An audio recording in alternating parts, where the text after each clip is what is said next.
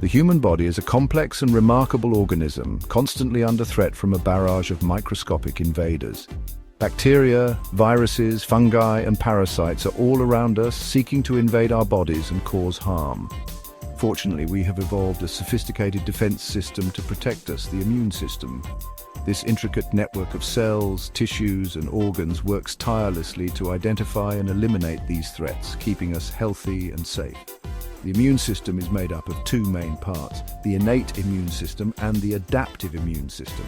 Think of the innate immune system as your body's first line of defense, a rapid response team that immediately attacks any foreign invaders.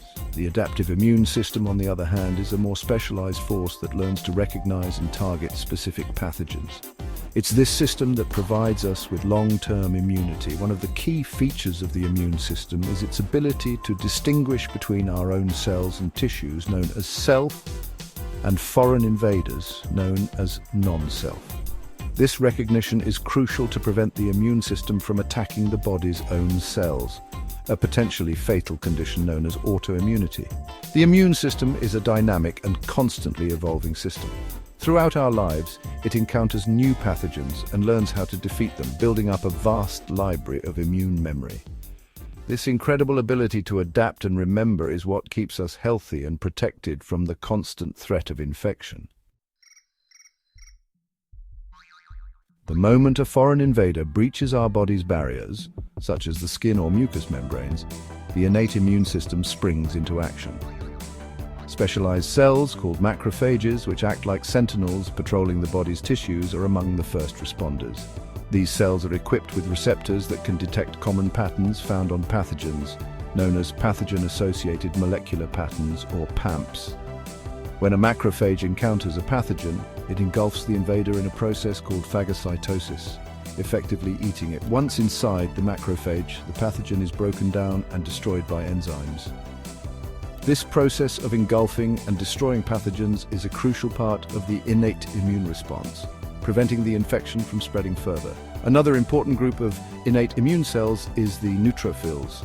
Neutrophils are the most abundant type of white blood cell and are quick to arrive at the site of infection. They are particularly adept at killing bacteria, releasing toxic substances that destroy the invaders. However, neutrophils have a short lifespan and often die in the process of fighting infection. The innate immune system also includes physical barriers, such as the skin and mucous membranes, which act as the first line of defense against pathogens. These barriers are coated with antimicrobial substances that help to prevent infection. The innate immune system is a rapid and non-specific response, providing immediate protection against a wide range of pathogens. While the innate immune system provides an immediate defense, the adaptive immune system mounts a more targeted and long-lasting response. This system relies on specialized cells called lymphocytes, which are a type of white blood cell that can recognize and target specific pathogens. One type of lymphocyte, called a T cell, plays a central role in the adaptive immune response. T cells mature in the thymus gland and are responsible for cell-mediated immunity. There are several types of T cells, each with a specific function. Helper T cells, for example, help to activate other immune cells, such as B cells and cytotoxic T cells, to fight infection. Another type of lymphocyte, called a B cell, is responsible for humoral immunity. B cells mature in the bone marrow and produce antibodies, which are proteins that specifically recognize and bind to antigens, molecules found on the surface of pathogens.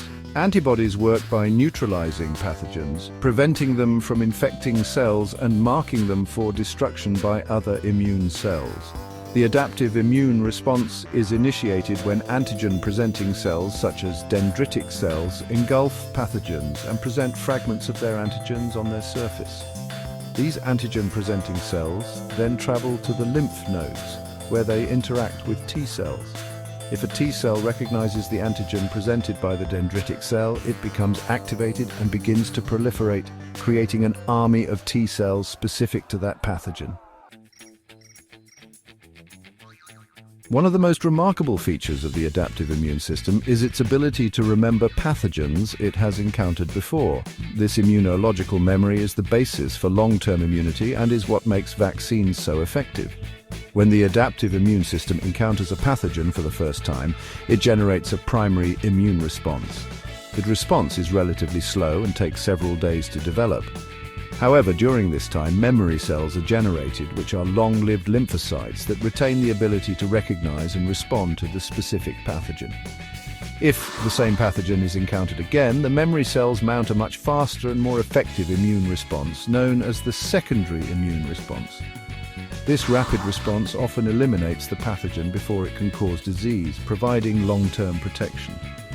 Vaccines work by mimicking natural infection, introducing a weakened or inactive form of a pathogen or its antigens into the body. This exposure triggers an immune response, generating memory cells without causing disease.